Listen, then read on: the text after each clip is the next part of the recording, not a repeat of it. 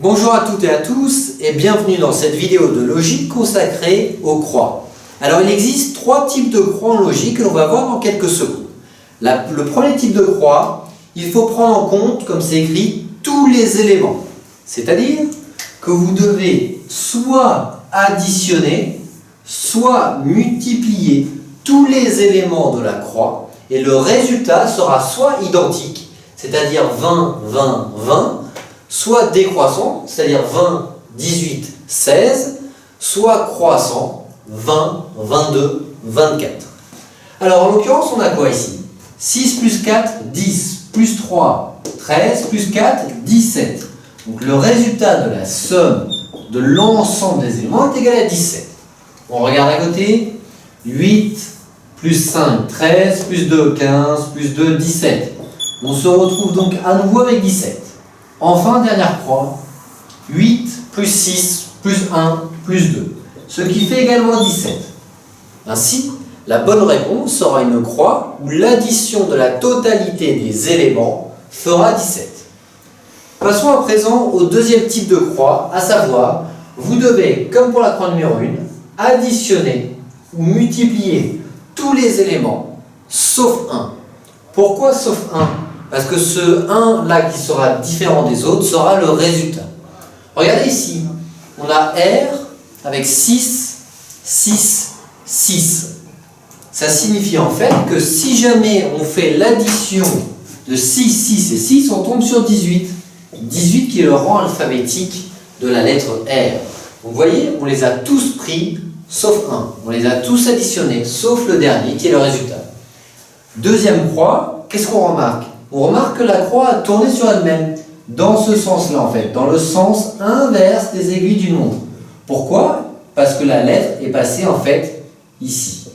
C'est-à-dire on voit bien que le R se déplace à la place du H. Donc n'oubliez pas, pour les séries graphiques, vous avez toujours deux logiques.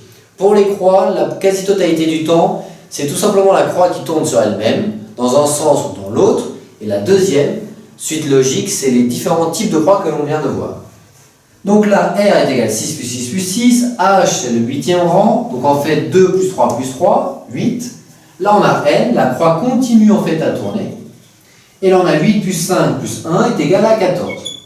Donc on a bien vérifié le fait que, en additionnant tous les éléments sauf le dernier, étant donné que c'est le résultat, on a bien identifié deux suites logiques. Passons à présent au dernier type de croix qui existe, à savoir les horizontaux égale les verticaux. Ça signifie quoi? Lorsque vous regardez une croix, il y a des chiffres à l'horizontale, des chiffres à la verticale. Il va falloir faire en sorte que le résultat de l'opération, soit avec plus, soit avec fois, des chiffres horizontaux entre eux, égale les chiffres, des chiffres verticaux entre eux, égale les chiffres horizontaux.